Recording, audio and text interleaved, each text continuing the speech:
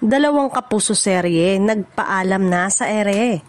Dalawang matitinding kapuso teleserye ang sabay na nagpaalam sa ere kamakailan, ang My Father's Wife at Akusada.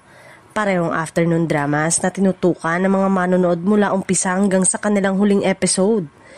Ang My Father's Wife na pinagbibidahan ni Kylie Padilla, Jack Roberto at Gabby Concepcion ay nagtapos noong October 11, 2025 sa GMA Afternoon Prime. Tumakbo ito ng halos 4 na buwan at nag-iwan ng matinding emosyon at moral lesson tungkol sa pamilya, katapatan at pagpapatawad. Sa final episode, marami ang napaluha sa paghaharap ng mga karakter ni Kylie at Gabby. Isang eksenang umani ng papuri dahil sa husay ng kanilang pagganap. Maraming netizen din ang nagpahayag ng paghanga sa chemistry ni Kylie at Jack na anilay isa sa mga dahilan kung bakit naging trending ang palabas sa social media.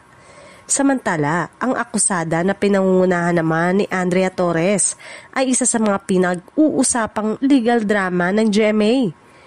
Kilala ito sa mga intense na eksena at sa makabuluhang tema tungkol sa hustisya at pagkamit ng katotohanan. Sa huling linggo ng serye, umani ng papuri si Andrea sa kanyang matapang at emosyonal na portrayal bilang isang babaeng ipinaglaban ng sarili laban sa maling paratang.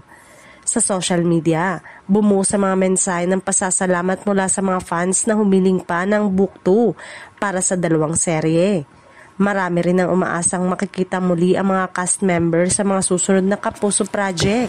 Bagamat nagwakas na ang My Father's Wife at Akusada, nananatiling buhay sa puso ng mga manonood ang kanilang mga kwento.